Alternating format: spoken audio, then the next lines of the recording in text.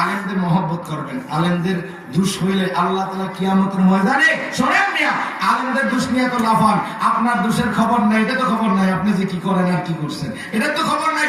আলেম ওলামা মাদ্রাসার একটু সামান্য দোষ পাইলে এটারে তিল না হইতে তাল বানায়া সরান। ও মিয়া, আল্লাহ আলেমদের এমন ইজ্জত দিয়েছেন, কিয়ামতের ময়দানে আল্লাহ পর্দা ফালাইয়া পর্দার আড়ালে আলেমদের বিচার করবে, আলেমদের দোষ মানুষদের দেখতে দিবে না। চিল্লায়া বলি সুবহানাল্লাহ।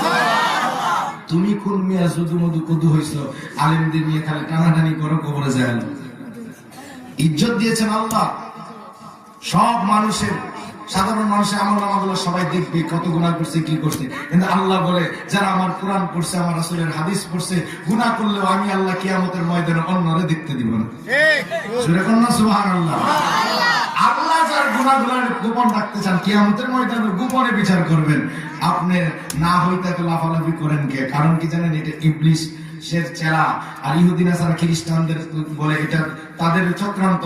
কারণ আলেমদের বিরুদ্ধে মানুষদেরকে লাগাইতে পারলে